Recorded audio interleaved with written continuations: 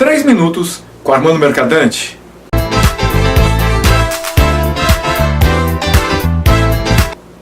O nosso entrevistado irá falar sobre o seu livro, O Sertão Anárquico de Lampião, onde apresenta novos fatos a respeito da história do Nordeste, no início do século XX. Com a palavra, o professor de literatura e escritor, Luiz Serra. Tem um fato muito curioso e interessante no teu livro, é o confronto de Lampião com a coluna Prestes.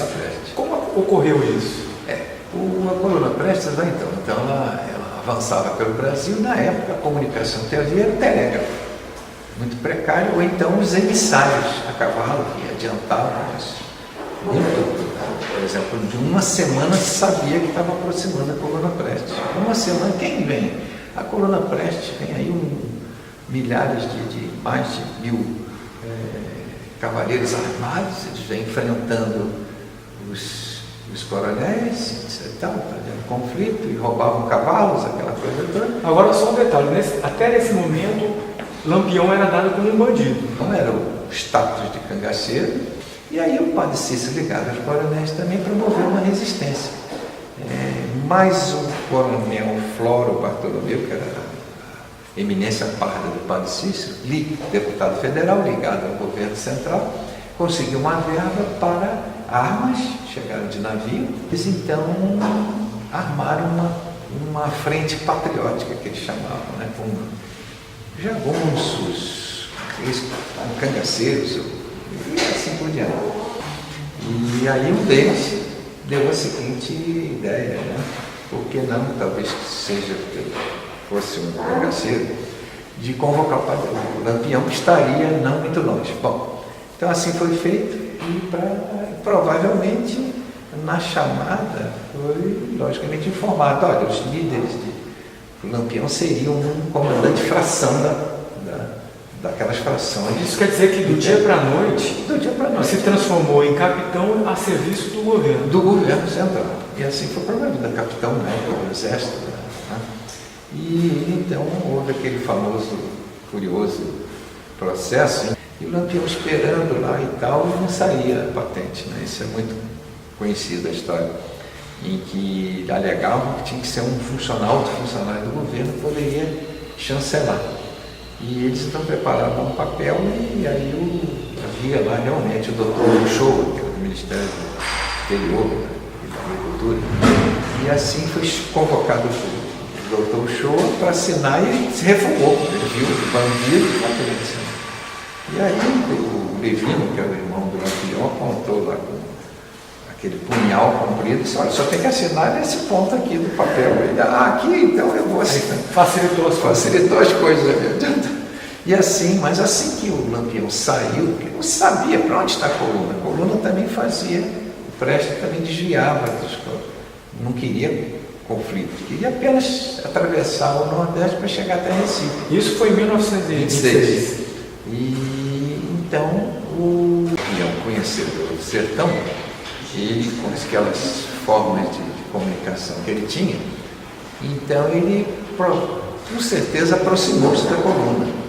E há um relato de que ele estaria afogado na Engazeira, no serrote, e ele viu o tamanho da coluna. Então ele refugou, atirou de longe e fugiu com a turma.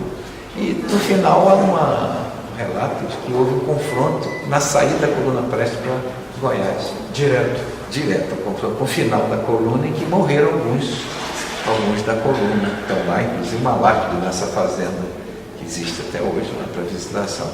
Para o ponto da história, Lampião seria um vilão ou seria um mocinho? Bom, e precisamos, para responder essa pergunta, voltar ao status da região.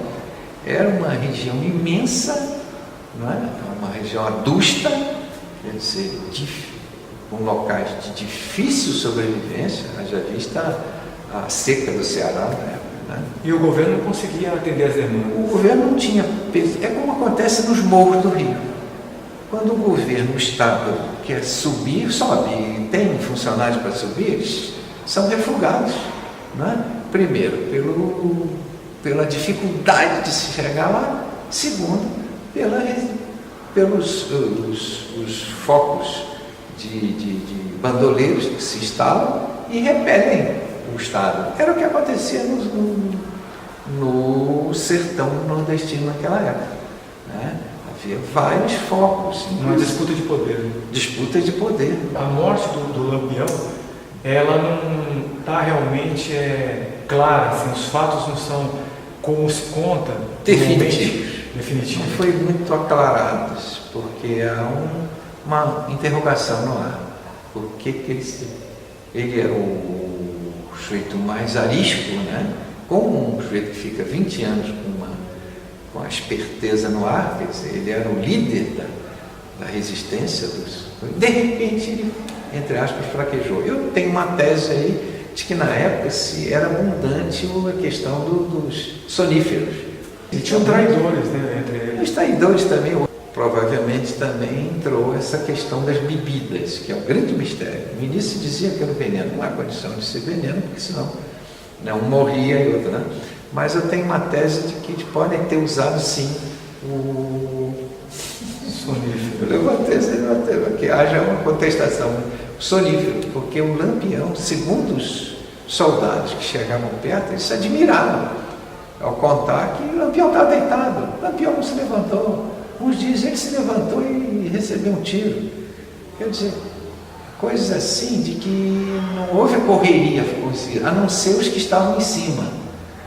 Aí provavelmente não fosse atendido, não é? Bem atípico. Grupos que fugiram. Os que estavam ali no núcleo do Lampião, eles provavelmente beberam.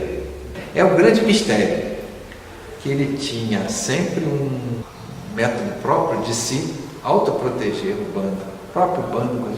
Exatamente naquele dia não havia dispositivos de proteção do bando. Por que isso? Até hoje há essa discussão. E se você quiser saber um pouquinho mais a respeito do livro O Sertão Anárquico de Lampião e da história diferente do Brasil, as informações estarão na descrição do vídeo. Lembrando que inscreva-se no canal e deixe o seu like. Obrigado pela entrevista. Não adquire, parabéns pelo seu trabalho comunicativo, né? Obrigado, sucesso em sua caminhada. Obrigado. 3 minutos com Armando Mercadante.